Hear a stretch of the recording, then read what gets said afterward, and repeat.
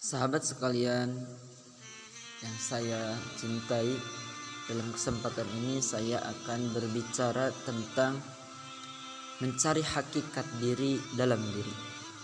Alhamdulillah, segala puji hanya bagi Allah dan segala sesuatu pasti akan kembali kepada Allah, termasuk jasad dan ruh adalah milik Allah.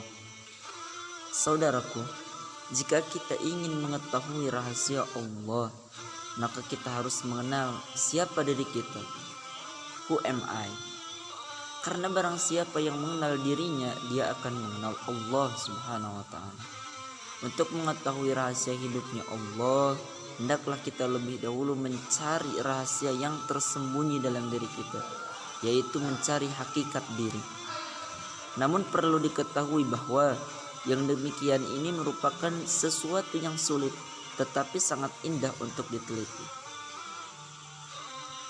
Maka kali ini kita akan membahas hubungan jasad dan ruh kepada Allah yang sungguh menarik untuk kita kaji. Sebagai seorang mukmin, kita tetap diperintahkan untuk mencari hakikat tersebut. Sesuatu yang ada, yang hidup sebenarnya dan yang wajib ada. Ahli filsafat menamainya dengan ilmu yang ada atau disebut ontologi atau metafisika, yaitu ilmu di balik tabir kenyataan atau hijab, atau disebut ilmu gaib. Seluruh umat Islam diwajibkan percaya kepada yang gaib, seperti firman Allah Subhanahu wa taala dalam Al-Qur'an surat Al-Baqarah ayat 3. Allah berfirman, orang mukmin adalah orang yang percaya kepada yang gaib. Cara atau jalan untuk percaya kepada yang gaib adalah dengan menggunakan rasa atau zuk, bukan dengan perkataan dan bukan pula dengan penglihatan mata kepala, tetapi dengan mata hati, untuk mengenal hakikat diri. Baiklah, saya akan berusaha menguraikan 9 macam cara untuk mengenal hakikat diri, yaitu setiap jasad suatu makhluk ingin supaya dapat bergerak. Yang menggerakkan tubuh itu adalah suatu yang halus, yaitu ruh yang merupakan hak Allah. Dengan demikian, jasad dan ruh tetap bergantung kepada hak Allah, seperti firman Allah Subhanahu wa ta'ala yang artinya, setelah kami jadikan tubuh makhluk itu, lalu kami limpahi dengan kejadian yang lain, yakni ruh, sehingga tubuh tersebut diberkati dengan kejadian yang sebaik-baiknya.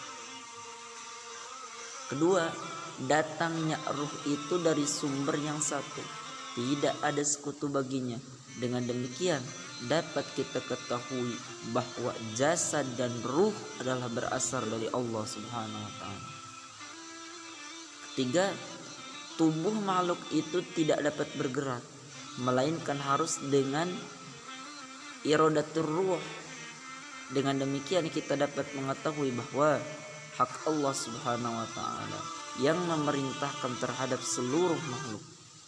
Tidaklah bergerak segala kebaikan atau kejahatan melainkan dengan takdir Allah, dengan iradat Allah, serta dengan qada dan qadar Allah Subhanahu wa ta'ala.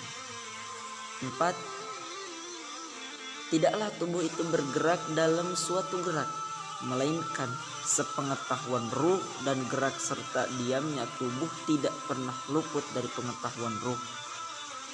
5. Tubuh tidak dapat dekat dengan ruh, tetapi ruh sangat dekat dengan tubuh, sehingga kita dapat mengetahui bahwa hak Allah sungguh dengan segala sesuatu. Keenam, ruh itu telah diciptakan terlebih dahulu daripada tubuh. Ruh tidak pernah binasa selama-lamanya, meskipun tubuh sudah hancur atau binasa. Dengan demikian dapatlah kiranya kita memahami bahwa Allah Subhanahu wa ta'ala lebih dahulu ada daripada seluruh alam semesta ini. 7. Tidak ada satupun yang dapat mengenal bentuk dan rupa ruh yang ada di dalam tubuh makhluk. Dari sini semoga kita dapat memahami bahwa Allah Subhanahu wa taala itu harus disucikan dari ruang dan waktu. Karena ruh adalah rahasia Allah, tidak ada yang mengetahuinya melainkan Allah Subhanahu wa taala. Kedelapan, ruh itu bersifat halus, gaib.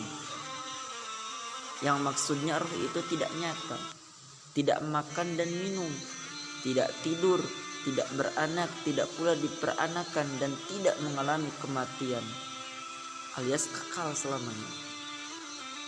Jasad itu hanya sekedar wadahnya ruh yang menemani untuk mengembara di suatu tempat yang nyata sebagai musafir di dunia ini. Dan keberadaan ruh adalah jasad sifatnya sementara yang memiliki batas waktu tertentu menurut kehendak Allah. Ruh akan kembali ke tempat asalnya, kampung halamannya, yaitu alam gaib atau alam ruh.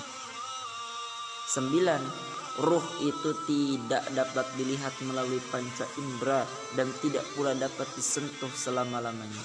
Dengan demikian semoga kita dapat mengambil pelajaran dari hal tersebut, bahwa ruh itu suci dan kembali kepada Allah harus dalam keadaan suci. Untuk itu kita harus berusaha menyelaraskan antara jasad dan ruh yang ada pada diri kita, yaitu selalu mensucikan jasad kita dan membersihkannya dari najis, syirik dengan beribadah kepada Allah seperti salat, puasa, haji, membayar zakat, dan perbuatan-perbuatan yang dapat mensucikan jasad. Sehingga ketika ruh dan jasad dipersatukan kembali pada hari kiamat, jasad dan ruh benar-benar kembali kepada Allah dalam keadaan suci dan bersih dari kotoran dunia. Maka ruh akan merasa tenang selama ia berada dalam jasad.